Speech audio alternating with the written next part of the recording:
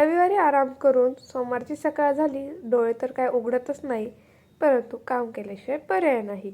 मग लगेचच स्वयंपाकाला लागले आणि आज बनवले होते वालाची शेंग आणि चपाती.